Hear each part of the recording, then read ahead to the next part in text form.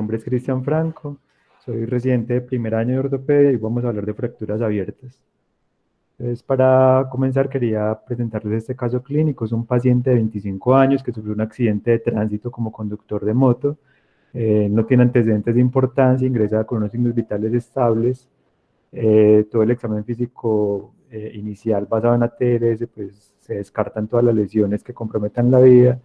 Y encontramos que tiene múltiples traumas en los miembros inferiores, en especial en la pierna izquierda. Vemos que en el muslo izquierdo tiene una herida de unos 2 centímetros en el tercio distal, y en la pierna izquierda, en la tercio distal también una avulsión, una pérdida de tejidos blandos importantes. Estas son las imágenes del paciente, como vemos la herida en el muslo. Acá les presento las radiografías, encontramos que tiene una fractura justo ahí sobre el sitio donde vimos la primera herida. Y esto es en la pierna. Vemos pues que tiene una herida ahí importante con avulsión de tejidos blandos y múltiples heridas más pequeñas en la parte proximal y distal en el pie.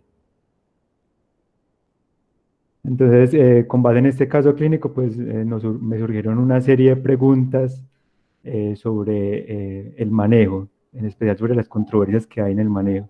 Entonces, con base en eso, empecé a desarrollar la presentación y eso es lo que les quería presentar hoy.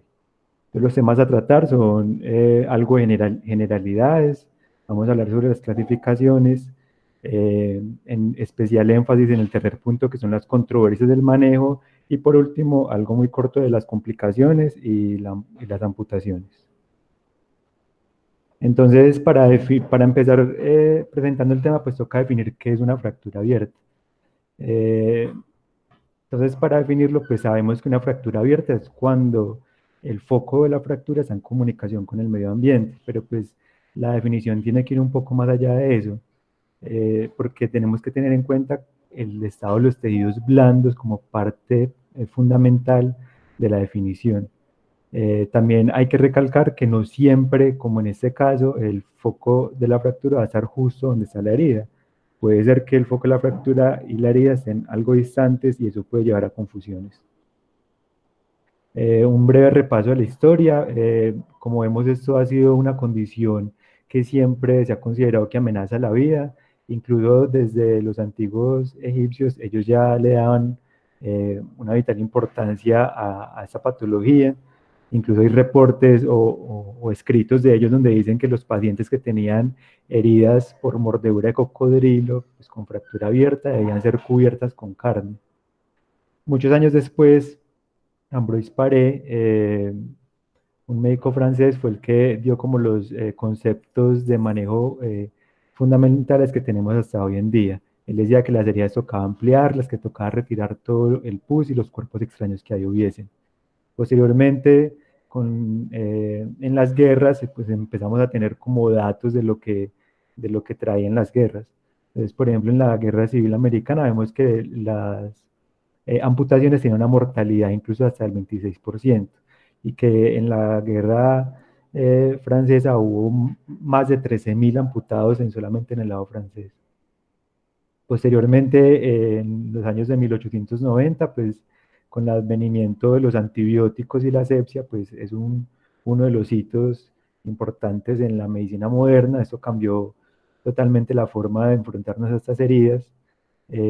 Posteriormente, el doctor Trueta, un español, nos dio como los pilares más o menos de lo que hacemos hoy en día con las fracturas. Él decía que tocaba hacer un lavado profundo, hacer una incisión de la herida, drenaje de todo el material contaminante que hubiese, y él empezó a hablar de que tocaba inmovilizarlas. Antes de esto, pues casi siempre se hablaba de amputación. En los años 70 y 80, pues, con la llegada de la medicina basada en la evidencia, empiezan a haber muchas publicaciones y muchos cambios en cuanto a la clasificación, al manejo con antibióticos, a la fijación, hasta nuestros días, pues que tenemos tantas controversias con este tema. Eh, para hablar de fracturas abiertas, entonces tenemos que conocer cuál es la magnitud del problema.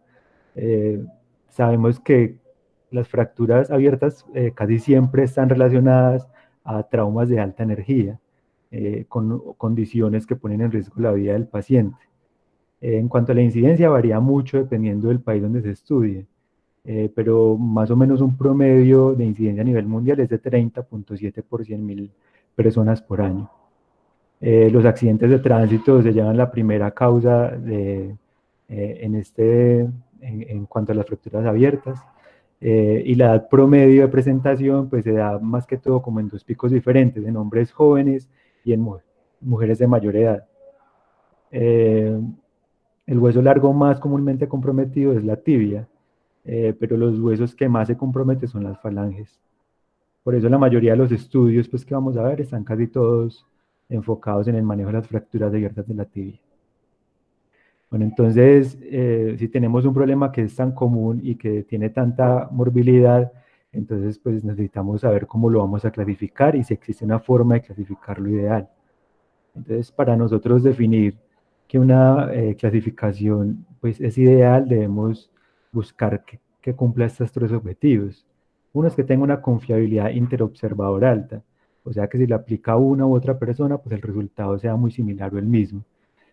Dos es que tenga una precisión para distinguir varias presentaciones o severidad de la condición, o sea que no sea unos ítems muy subjetivos. Y tercero es que tenga una correlación con el pronóstico y el tratamiento que le vamos a dar al paciente. Eh, Como sabemos, pues la clasificación más conocida y la que todos usamos es la de Gustilo y Anders. Esta es una clasificación que surgió desde el 1976 basada en una clasificación previa que dividía inicialmente los pacientes en tres grandes grupos. Posteriormente, en el 84, el doctor Gustilo se dio cuenta pues, que los pacientes del grupo 3 eran muy variables y tenían muchas complicaciones, entonces se los subdividió en otros tres grupos que son A, B y C, como lo conocemos hoy en día. Se sugiere que esta clasificación la apliquemos después de que el paciente haya sido llevado a quirófano al lavado inicial. Entonces, con base en los tres puntos que vimos al inicio, esta clasificación, digamos que a su favor, tiene que ser una clasificación que es simple, que es ampliamente usada, que todos conocemos y que nos va a dar un pronóstico y nos va a guiar en el tratamiento. Pero en contra, tenemos que tener una confiabilidad interobservador que es baja solamente del 60%, algo que se ha encontrado en varios estudios, y tiene unos parámetros que son muy subjetivos. Eso iría, digamos que en contra de la clasificación. Esta tabla la traigo para recordar pues como los principales características de cada uno de los grupos. Digamos que en el grupo 1 son pacientes con heridas menores de 1 centímetro, con traumas de energía bajo. En los pacientes del grupo 2 es cuando hay mayor de 1 centímetro y digamos que el trauma es, la lesión de los tejidos blandos es moderada. Y en el grupo 3 ya son las más severas, patrones de fractura complejos, tejidos blandos con lesiones severas, serían las 3A, en las 3B esto mismo, pero cuando la herida no permite un cubrimiento adecuado, y el grado 3E es cuando hay lesión vascular que requiere reparación. Y también se describieron un grupo especial, que son los que están en el lado derecho, que son los pacientes que tienen heridas en granja, que es la contaminación con aguas públicas, pacientes que tienen heridas en el contexto de catástrofes, heridas por arma de fuego de alta energía, síndrome compartimental y mordedura de animales. Y en la parte de abajo está más o menos el pronóstico que cada uno de los grupos tiene con respecto a la infección, pues, sabiendo que entre más alto sea el grupo, pues mayor va a ser el riesgo de infección. Pero no es la única clasificación que existe, hay muchas otras. Una de las más usadas, aparte de la Gustilo, es la de Cherne. Esta fue desarrollada en 1982 y esta nos va a ayudar mucho a definir el estado, sobre todo de los tejidos blandos. Incluso algunos autores recomiendan usar como las dos juntas, porque en la de Gustilo no hay tanta claridad sobre la lesión de los tejidos blandos. Esta va del grado 1 hasta el 4, siendo 4 pues el de peor características. Otro de los grupos, otra de las clasificaciones usadas es la de la O. Digamos que tiene una mejor relación interobservador, pero pues no es tan usada y no es tan conocida. Entonces, con base en eso, bueno, también les quería contar que existen recientemente otras clasificaciones un poco mejor, con mejores datos, mejor estudiadas, de pronto con mejor correlación interobservador, pero que son muy complejas para aplicar. Por ejemplo, es la clasificación del Hospital de Ganja de la India, desarrollada en 2004, es especial para fracturas 3B, pero tiene muchos parámetros, es muy difícil pues como de uno aprendérsela. Y la de la OTA del 2010 también es muy buena prediciendo los pacientes que van a tener complicaciones, pero también tiene el mismo problema que es muy difícil pues, de aplicarla.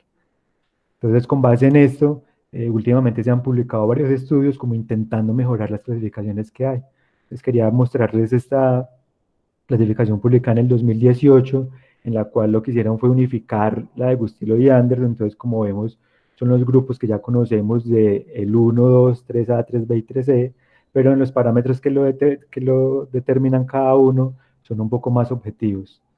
Digamos que solamente quería pues como mencionarles que hay avances en eso, pero definitivamente hasta hoy pues la que seguimos usando va a ser la de Bustillo y Anderson.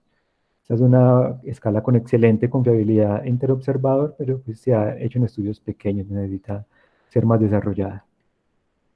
En cuanto al manejo, entonces debemos siempre recordar estar guiados por las guías ATLS, siempre descartar las lesiones que comprometan la vida del paciente, hacer especial énfasis en la exposición, mirar circunferencialmente las extremidades para no dejar pasar lesiones inadvertidas, controlar la hemorragia, siempre estar pendientes del síndrome compartimental, que puede ser una de las complicaciones de las fracturas abiertas. Y en cuanto al manejo inicial ya como tal de la herida y de la fractura, está recomendado que se haga una remoción de la contaminación macroscópica, un lavado con solución salina que se puede hacer en urgencias antes del desbridamiento, evitar hacer lavados muy profusos porque eso antes puede hacer que estemos inoculando más microorganismos a la herida, entonces puede ser peor. Se recomienda cubrir la herida con gasas estériles. Se han hecho estudios utilizando unos apósitos especiales y no se ha encontrado que tengan ninguna ventaja sobre las gasas. Es decir, recomendado solamente gasas con solución salina. Y se debe también inmovilizar la fractura en esa atención inicial. En cuanto a la profilaxis antitetánica, debemos tener en cuenta que siempre se debe valorar el estado de vacunación de los pacientes, eso debe ser parte del interrogatorio. En los pacientes que encontremos que tienen un esquema incompleto o sin refuerzo en los últimos 5 años, le debemos colocar la vacuna. Pero si además de eso vemos que tiene una herida con alta contaminación o que no ha tenido refuerzo en los últimos 10 años, pues requiere la vacuna y además de inmunoglobulina. En cuanto a la inmunoglobulina, vemos que existe una dosis estándar que son 250 unidades internacionales por vía intramuscular. Pero si la herida reúne estas otras características, o sea que sea una herida de más de 12 horas, que tenga una alta contaminación o que sea un paciente de más de 90 kilos, debemos duplicar la dosis a 500 unidades. Recordar que nunca debemos aplicar las dos al mismo tiempo.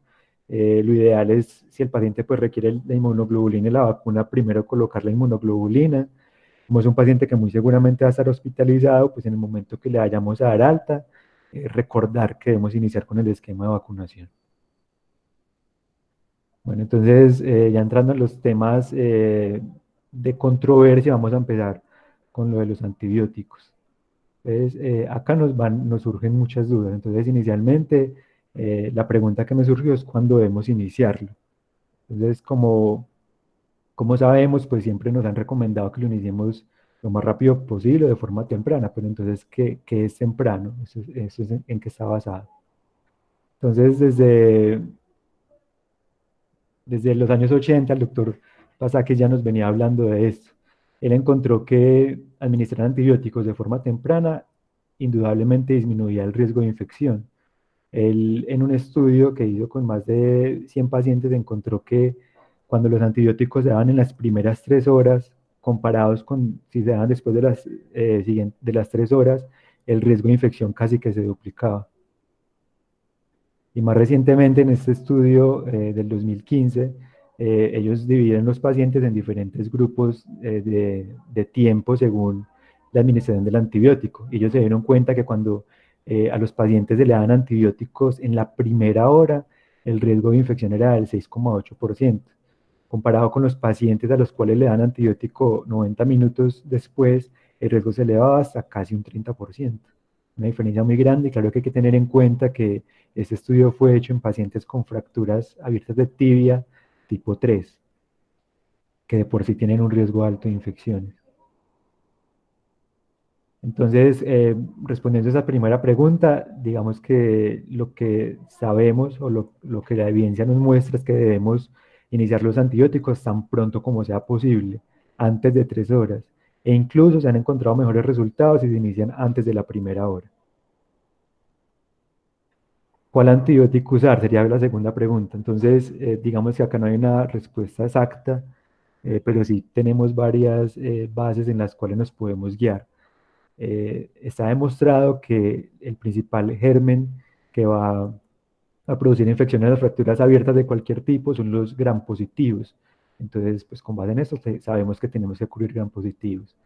Se ha dicho que en las fracturas grado 3 eh, se deben cubrir los gram negativos. Digamos que esto no está del todo tan demostrado, pero pues todos los estudios que se han hecho hasta ahorita se han hecho basados eh, en ese argumento y han mostrado buenos resultados. Entonces, es una práctica que está recomendada, que en las fracturas grado 3 se debe hacer cubrimiento para gram negativos. En caso de que haya riesgo de Clostridium, como vimos en las grado 3 especiales, debemos dar penicilina.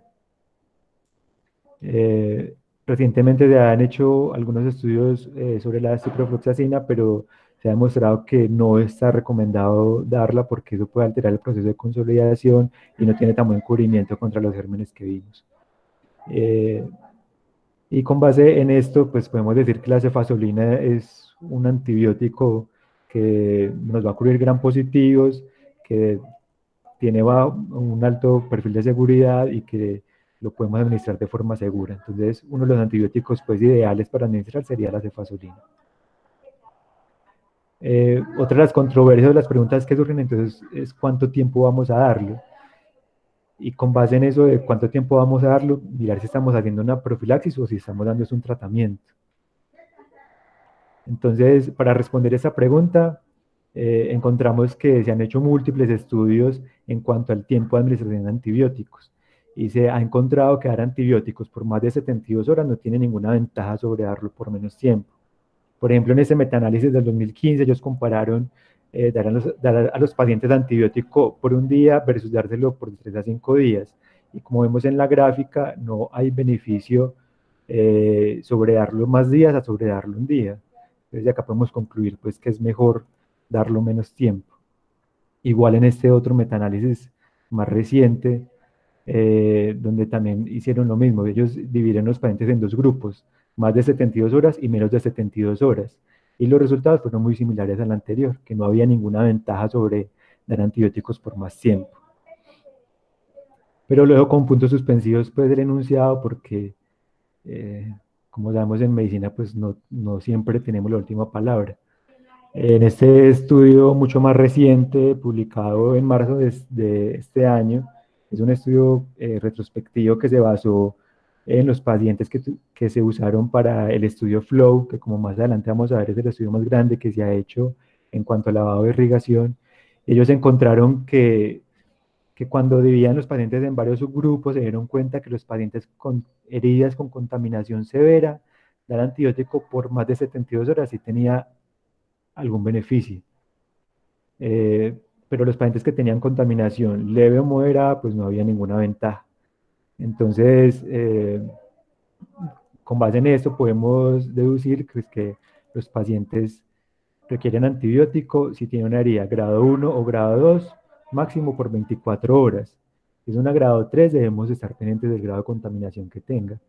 Y se debe dar antibiótico por 24 horas después de que se cierre la herida o máximo por 72 horas, cualquiera de las dos premisas que se cumpla primero.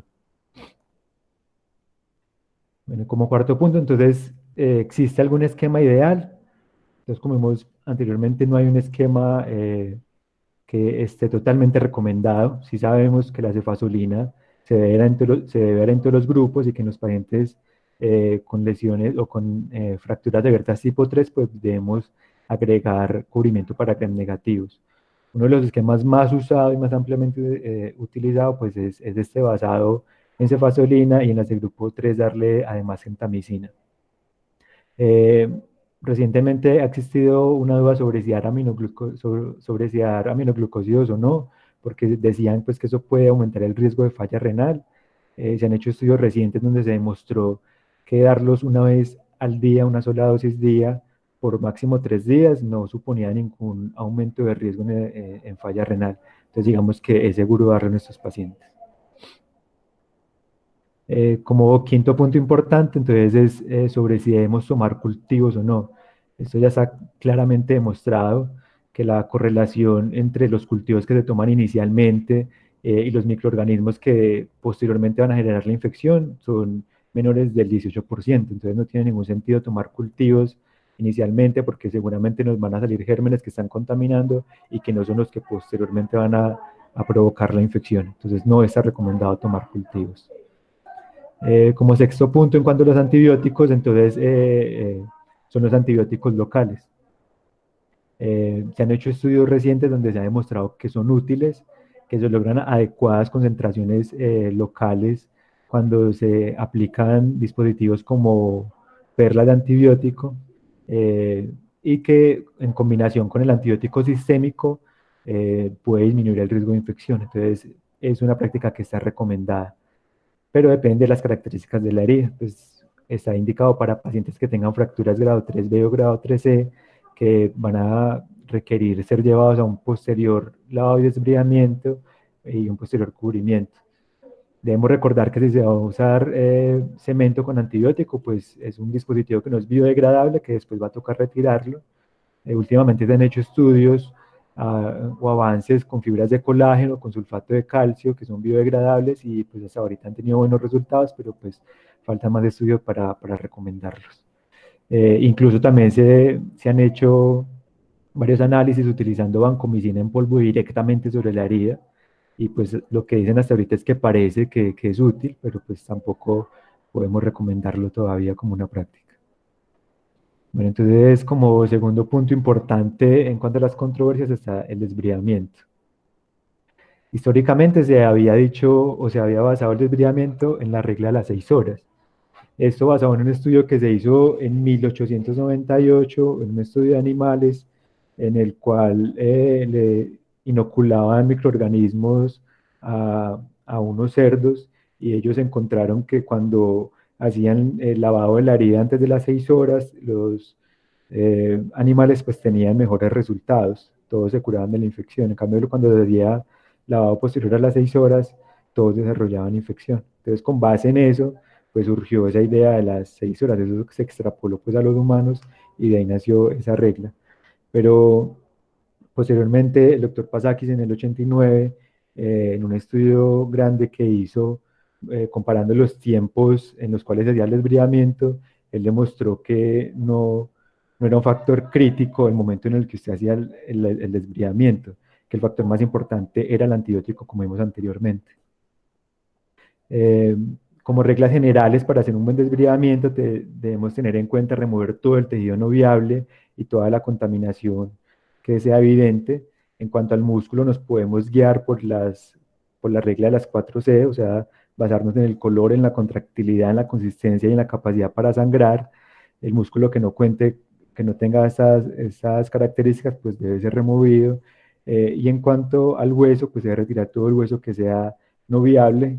Se recomienda hacer la prueba del tirón, o sea, todo el hueso que no esté unido a protegidos blandos, pues debe ser retirado, a menos que sea un hueso pues grande que tenga compromiso articular y que después nos vaya a servir para hacer la reconstrucción, ese se podría conservar.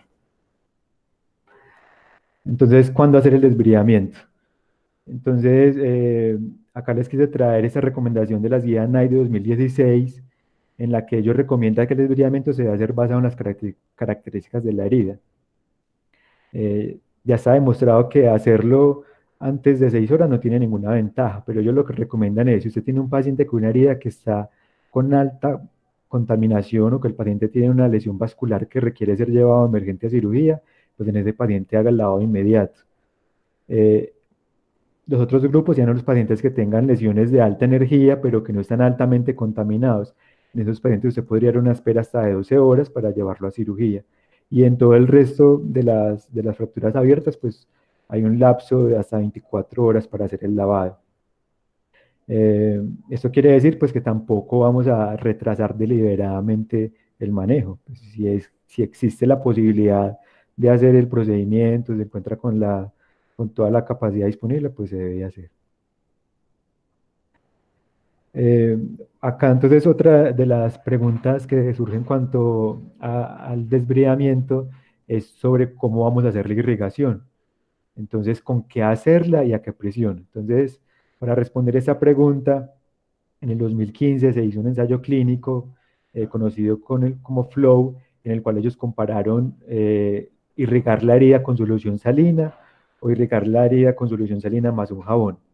Entonces, como vemos en la gráfica de la izquierda, eh, ellos no encontraron ninguna diferencia. Incluso los pacientes que irrigaban solamente con solución salina tenían menos riesgo de presentar complicaciones. Y en cuanto a qué presión hacer el lavado, ellos hicieron lavados a muy alta presión, que lo hacían con un dispositivo especial, como una pistola que aplicaba presión a una presión alta, a baja presión y a muy baja presión. Muy baja presión quiere decir a la presión que da la gravedad. Y no encontraron ninguna diferencia en cuanto a la tasa de complicaciones. Entonces, basado en este estudio, podemos concluir que el desbridamiento, la irrigación en los desbridamientos debemos hacerla con solución salina normal, sin adición de ningún jabón, y que se pueda hacer a baja presión. Y no hay ni una cantidad predeterminada de líquidos que usted deba aplicar a una herida. Se había mencionado previamente en un estudio que a las heridas grado 1 se deben colocar 3 litros de solución salina, a las de grado 2 6 y a las de grado 3 9 litros, pero pues en realidad esto solamente está basado en una recomendación de expertos, esto no tiene ninguna evidencia. Digamos que lo que se recomienda es que usted lave la herida hasta que la vea limpia, con lo que necesite de líquidos. En cuanto al cubrimiento de la herida, entonces acá la controversia es en qué momento lo vamos a hacer, si el cierre es mejor hacerlo temprano, o sea, desde que se hace el primer lavado, o si es mejor esperar a que la herida esté en mejores condiciones y después cerrarlo. Entonces en esto está claramente demostrado que si la herida cumple ciertos criterios, usted siempre va a hacer el cierre temprano siempre que sea posible. Y esos criterios es que la herida tenga un grado de contaminación que no sea severo, que usted le haya iniciado los antibióticos de forma temprana, que usted esté seguro que hizo un desbridamiento y un lavado meticuloso y que los bordes de la herida cierren sin tensión. Si el paciente cumple todas estas características, es mejor hacer el cierre temprano. Y si no es posible, si no las cumple, hacerlo lo más pronto que esté disponible, o idealmente en las primeras 72 horas. Eh, Acá, en cuanto a la reconstrucción, entonces quise traerles la, la escalera del cubrimiento que es muy usada por los cirujanos plásticos, en la cual ellos dicen pues que uno debe ir de lo más sencillo a lo más complejo. Si usted tiene una herida en la que pueda hacer un cierre temprano, pues esa sería la opción. Pero si no, pues entonces ya tiene que empezar a buscar qué opciones tiene para poder cerrarla. Entonces, digamos que en el primer escalón estaría hacer un injerto. Si con esto no es posible porque tiene exposición de la cortical o tiene exposición de tendones, pues habría que empezar en un colgajo y lo inicial sería pensar en un colgajo local. Si las características por el tipo de lesión o donde está ubicada pues no lo permiten, entonces ya habría que empezar en colgajos pediculados o colgajos libres.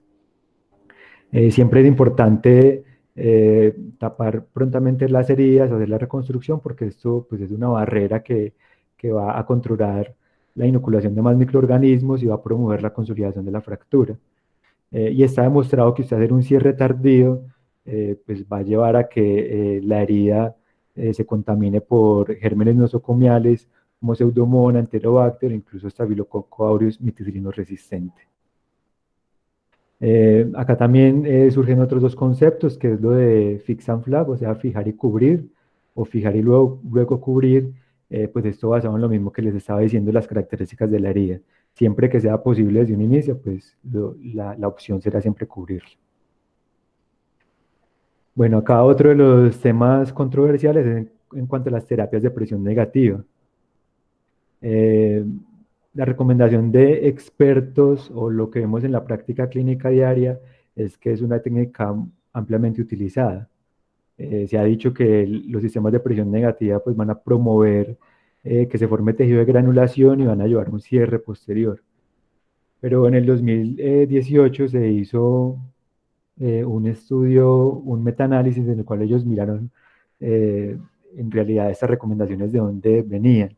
Y con base en este estudio ellos encontraron que cuando se comparaba hacer, colocar presión negativa sobre dejar un paciente con hacerle curaciones, no había ninguna ventaja. Y que era una terapia, era un tratamiento que no era costo efectivo. Digamos que esa recomendación pues hay que tomarla con pinzas, pues porque hay que tener siempre presente que esto puede ser una terapia que nos puede servir como puente, que nos puede ayudar a tener una herida en mejores condiciones para llevarlo a un cierre posterior. La idea es que sea algo corto y que el cierre se haga lo más pronto posible, el cubrimiento se haga lo más pronto posible. Acá les quise hablar sobre otras terapias pues, que vienen en desarrollo, como son las proteínas morfogenéticas óseas. Se han hecho estudios pequeños en el uso en fracturas abiertas y se han encontrado resultados esperanzadores. Se ha encontrado que en las fracturas gustiloide tipo 3A y 3B disminuye el riesgo de reintervenciones y el tiempo de conciliación. Pero como les digo, esto basado pues, en estudios muy pequeños que requiere más análisis. Y en cuanto a los implantes recubiertos, eh, con base en esto, pues, fisiopatológicamente, pues digamos que tiene mucha lógica y estaría recomendado que si sabemos que el antibiótico local sirve, pues colocar un dispositivo que esté cubierto de antibiótico, pues va a servir.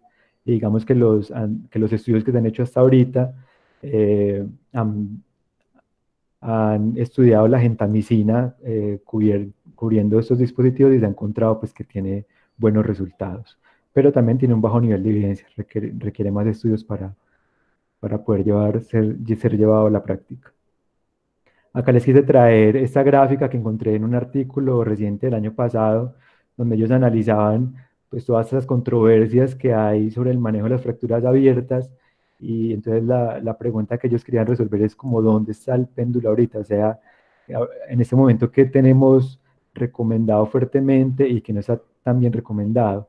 Entonces, digamos como en resumen de lo que hemos visto, eh, el desbridamiento y la irrigación es una medida que ha demostrado científicamente que disminuye el riesgo de infección y que está ampliamente recomendada, igual que los antibióticos sistémicos. Digamos que los antibióticos locales pues tienen un grado de recomendación favorable, pero no tan alto. Y en la parte de abajo vemos como el BAC, las proteínas morfogenéticas y los implantes recubiertos pues están ahí como en un rango intermedio, en el cual todavía no hay muy buena evidencia para poder ser recomendados. En cuanto a la estabilización de la fractura, digamos que en eso no hay mucha controversia. Está claro que si usted estabiliza la fractura, pues va a prevenir más daño en los tejidos blandos. Esto va a disminuir la diseminación de las bacterias y va a facilitar el manejo de la herida y los cuidados del paciente, además de que va a ayudar a controlar el dolor y va a permitir llevar al paciente a movimientos más tempranos y una rehabilitación funcional. Entonces, con base en eso, usted debe definir cómo va a ser la estabilización. Pues va a depender de las características del paciente, o sea, su estado hemodinámico, y con base en eso usted va a definir si hace una cirugía de control daño o un cuidado temprano total, y también de las características de la herida. Si es una herida que usted no puede cubrir y que muy seguramente va a llevar a un segundo tiempo de lavado, pues puede dejarlo en una terapia puente con un fijador externo, o según como encuentre usted la haría, pues hacer un enclavado intramedular o una fijación con placa y tornillos. Pero esto va a depender pues, mucho de las características del paciente y de la herida, y en esto no hay muchas controversias. Y ya terminando, entonces, en cuanto a las complicaciones, les traje esta diapositiva donde encontramos que la tasa de infecciones promedio varía mucho. Esto depende de las características de la herida, como vimos anteriormente, y del manejo que se les haga. En promedio, las infecciones están alrededor del 27%. Se dice que en las fracturas de tibia, fracturas abiertas de tibia, el tiempo de consolidación está alrededor de las 41 a 43 semanas y que las tasas de no unión y mala unión están alrededor del 10 al 13%. En un estudio previo que se hizo mirando estos pacientes a largo plazo, qué tanta discapacidad les generaban las fracturas. Ellos encontraron que las fracturas abiertas de miembros inferiores, hasta un 50% de los pacientes tenían alguna discapacidad o alguna molestia a largo tiempo. Y en cuanto a las amputaciones, eh, digamos que tenemos que tener en cuenta como los objetivos de manejo en cuanto a una amputación. Hay que tener claro que esto no es un fracaso en el tratamiento, sino que hace parte del mismo, sobre todo en los pacientes con fracturas grado 3B, con contaminaciones severas o grado 3C con lesiones vascular. Los objetivos siempre van a ser salvar primero la vida, segundo salvar la extremidad, después la articulación y por último restablecer la función. Es una decisión que es difícil, siempre se debe tomar si es posible en equipo. eh, Esto quiere decir pues entre el ortopedista, el cirujano vascular o un cirujano plástico, y que tiene unas consideraciones legales pues que se deben tener en cuenta.